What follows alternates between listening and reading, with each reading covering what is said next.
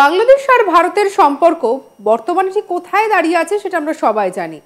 এর মাঝখানে বিমস্টেক সম্মেলনে মোদি এবং ইউনূসের কথা হওয়ার পরেও সেই সম্পর্ক আদৌ কি সহজতর হলো, এই প্রশ্নটাও কিন্তু থেকে যাচ্ছে। অন্যদিকে বাংলাদেশের সঙ্গে, বিশেষ করে মোহাম্মদ ইউনূসের সঙ্গে চীনের যে সখ্যতা, এই সখ্যতা ভারতকে কি নতুন করে চাপে ফেলতে শুরু করে দিচ্ছে? এই প্রশ্নগুলো নিয়ে আজকে আমাদের এই আলোচনা। আমাদের সঙ্গে রয়েছেন বিশিষ্ট সাংবাদিক শরীফ শাহাবুদ্দিন। আমরা কথা বলবো অবশ্যই শরীফ ভাইয়ের সঙ্গে, বাংলাদেশ থেকে তিনি আমাদের সঙ্গে রয়েছেন। এবং শরীফ ভাই, আপনাকে স্বাগত জানাই আজ তাক বাংলায়। একদম প্রথমে যেটা বলছিলাম যে এই যে সখ্যতা, সেই সখ্যতা কোথাও গিয়ে কি ভারতের জন্য নতুন করে আরো কি চিন্তার কারণ হয়ে দাঁড়াচ্ছে? আমরা সেভেন সিস্টার্সের কথা জানি, সেখানে ইউনূসের নজর পড়েছে। আবার বাংলাদেশি বন্দরে সেখানে চীনের আনাগোনার খবর পাওয়া যাচ্ছে। সেটা কি ভারতকে চাপে রাখতে কি মনে করছেন? যে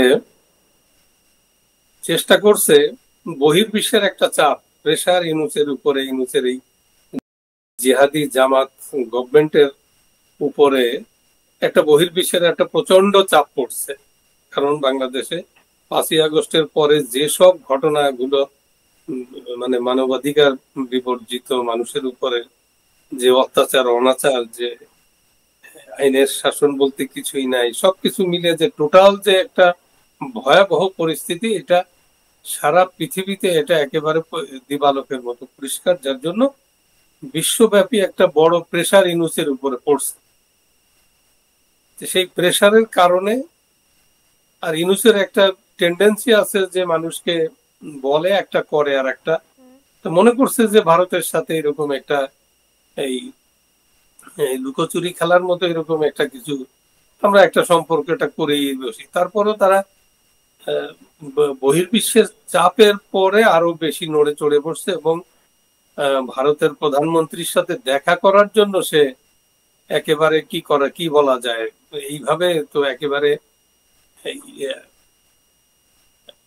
মানে যেভাবে সে একেবারে বলা হয় যে হ্যাংলা কুকুরের মতো ল্যাং ল্যাং করে, যে বিভিন্ন ভাবে মানে চেষ্টা চরিত্র করে মোদিজির পিছনে ঘুরতে ঘুরতে তো পায় না, অনেক কষ্টে কেমনে এটা পাইলো, এটাও একটা অনেক প্রশ্ন এখানে আছে।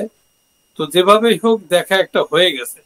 আপনি তারপরও দেখবেন যে ওই কাগজ দিয়ে মোদিজির সামনে, যেখানে কাগজ দিয়ে কিভাবে তার হাতে, মোদিজির হাতে কাগজ নাই, তার হাতে একটা কাগজ আছে দাবি দাবি, দেখেন কিভাবে কাঁপতেছে তার হাত। তো যাই হোক, সে যেভাবেই হোক মোদিজির সাথে একটা সম্পর্ক দেখাইয়া বহির্বিশ্বকে বলতে চায় না, নো উই আর অলরাইট, আমরা প্রতিবেশীর সাথে আমাদের ভালো সম্পর্ক আছে। যেহেতু ডোনাল্ড ট্রাম্প মোদিজির উপর দায়িত্ব দিচ্ছে যে দেশের যে জঙ্গি জিহাদি যে অবস্থা, ওয়ার অন টেরর এখানে অ্যাপ্লিকেবল, এই কারণে সে একটু শেকি অবস্থায় তাকে মনে হয়। কিন্তু সে যত যাই থাক, তার ভিতরে সে তলে তলে তার যে যে সে নিজে বলছিল যে মেটিকুলাসলি ডিজাইন যে কাজগুলো, সেগুলো কিন্তু সে একদম বন্ধ করে নাই। তার গভর্নমেন্টের লোকেরা যে ভারত ভেঙে হিমালয় থেকে বঙ্গোপসাগর ইনক্লুডিং সেভেন সিস্টার এটা নিয়ে একটা রাষ্ট্র তৈরি করা, যে এই যে বড় ধরনের হুমকি, তারপরে জাতিগত দাঙ্গা, সবকিছু মিলিয়ে, তারপরে ইসলামিক এক্সট্রিমিজম, এই সব মিলিয়ে তারা কিন্তু একটা বড় ধরনের, বাংলাদেশ একেবারে একটা টেরর ইয়াতে ওই তকমায় পড়ে আছে এবং যে কোনো মুহূর্তে ইন্টারন্যাশনাল একটা অপারেশন শুরু হয়ে যেতে পারে। এরকম একটা পজিশনে ইউনূস কিছুটা ওই খেলা খেলছে যে কিভাবে এটাকে একটু ডিফিউজ করা যায়, আমার ধারণা। তো কিন্তু তার ওই মুখ ফসকে অনেক কথা বেরিয়ে গেছে। আগে তো সেভেন সিস্টার নিয়ে সে কথা বলছে, তারপরে সে চায়নায় গিয়েও সে, যে আমরা রেকর্ড দেখলাম যে সেভেন সিস্টার তো ল্যান্ডলক কান্ট্রি, আর আমরা তো we are the guardian of the ocean. এই যে কথা, এটা চাইনিজদেরকে বোঝাতে চাইছে যে তোমরা আমাদের সাথে আসো, আমরা এসে ওটাকে আমরা অরুণাচল প্রদেশ, সেভেন সিস্টার সবকিছু তো তোমাদের ওখানে, ভুটান, নেপাল মাঝখানে, চায়না, অনেক কিছু সে যখন বক্তৃতা করে সে কিন্তু সবটুকুই দিয়ে দেয়। তো ওই হিসাব রাখেন একজন রাষ্ট্রনায়ক, তার যে কতটা ডিপ্লোম্যাসি তার ভিতরে থাকতে হয় সেটা কিচ্ছু মাথায় থাকে না, সব বলে ফেলে। তো এটা তার ভিতরে যা আছে সেগুলোই সে বলে।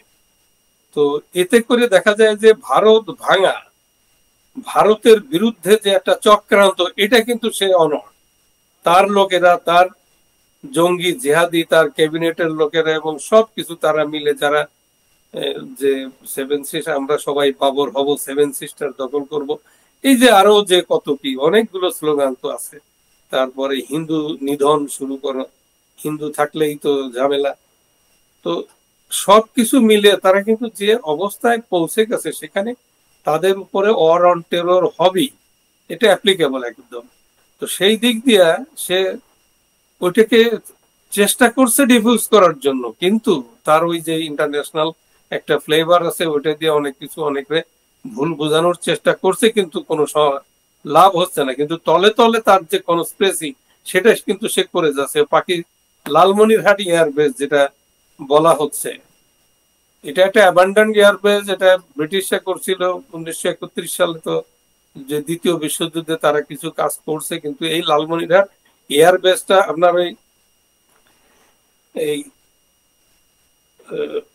বাগডোরা এবং এই যে হাসিমারা যে এয়ারবেস আছে ইন্ডিয়ার একেবারে কাছাকাছি, এই এয়ারবেস থেকে কিন্তু যখন ব্রিটিশ এটা তৈরি করে তখন তো অবিভক্ত ভারত ছিল, তখন তো প্লেন কোথা থেকে উড়ে কত দূরে গিয়ে শরীফ উঠবে। ভাই একটা বিষয় একটু জানতে চাইবো, তাহলে এই যে লালমনিরহাট, এটাকে কি আগামী দিনে ভারতকে চাপে রাখার ক্ষেত্রে ব্যবহার করতে চাইছে বাংলাদেশ, যেহেতু একেবারে একদম একেবারে একদম ভারতের তো একদম সন্নিকটে, এবং যদি দেখি সেখান থেকে একদম চীনের কাছে পৌঁছানোটাও খুব সহজ, যদি আমরা একটু ভৌগোলিক অবস্থানটা দেখি।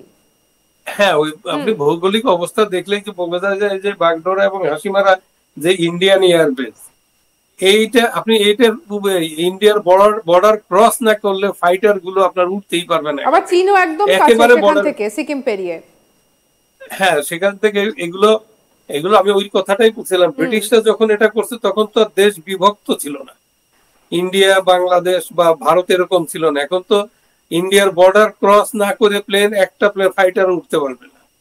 তো অটোমেটিক ভারতের জন্য এটা সিকিউরিটি কনসার্ন।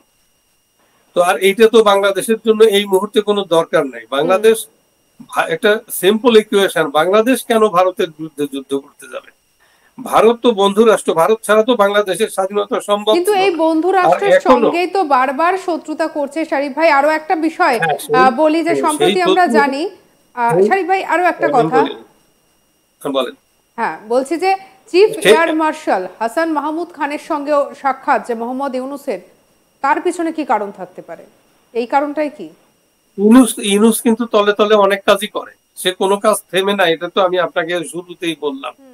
সে তো হয়তো এয়ারফোর্স কাছে আলোচনা করতে গেছে যে লালমনিরহাট থেকে আমরা ওখানে ভারতকে কতটা ভিতরে করতে পারবো, চেস করতে পারবো, বা রাডার দিয়ে কতটা ভিতরে ঢুকতে পারবো, এইরকম কত আলোচনা। ওর মাথায় তো খালি বুদ্ধি গিজ গিজ করে।